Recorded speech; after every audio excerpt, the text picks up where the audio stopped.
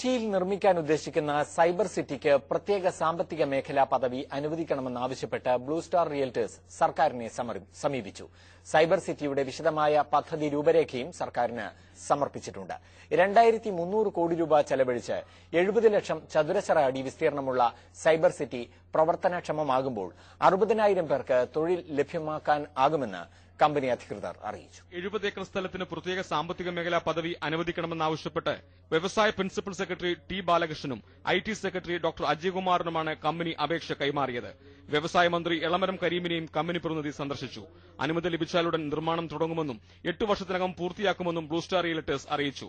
4 ഫേസായിട്ട് 8 വർഷത്തിനുള്ളിൽ ഈ project complete ചെയ്യാമെന്നും ഇതിനകത്ത് ഡയറക്റ്റ് 60,000 പേർക്ക് ഓൺ ഫുൾ കംപ്ലീഷൻ ഫുൾ ഒക്യുപ്പൻസിയിൽ ഡയറക്റ്റ് തൊഴിൽ നേടുന്നു.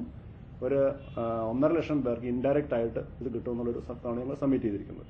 അതിൽ തന്നെ ഒരു 10 ലക്ഷം സ്ക്വയർ ഫീറ്റ് 3 വർഷത്തിനുള്ളിൽ കംപ്ലീറ്റ് ചെയ്യാമെന്നാണ് ഞങ്ങൾ ഗവൺമെന്റിന് കൊടുത്തിരിക്കുന്നത്.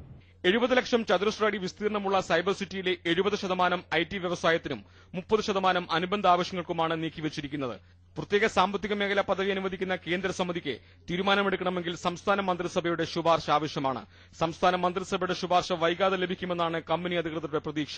സ്മാർട്ട് സിറ്റിയുടെ ഭാവി സംബന്ധിച്ച് ആശയക്കുഴപ്പം തുടരുന്നതും സൈബർ സിറ്റിക്ക് അനുകൂല സാഹചര്യമൊരുക്കും. HMT ഭൂമി വിവാദമാണ് തറക്കല്ലിട്ടെങ്കിലും നിർമ്മാണം തുടങ്ങാൻ ബ്ലൂ സ്റ്റാർ റിയൽറ്റേഴ്സിന് തടസ്സമായത്. മനോരമ ന്യൂസ്, തിരുവനന്തപുരം.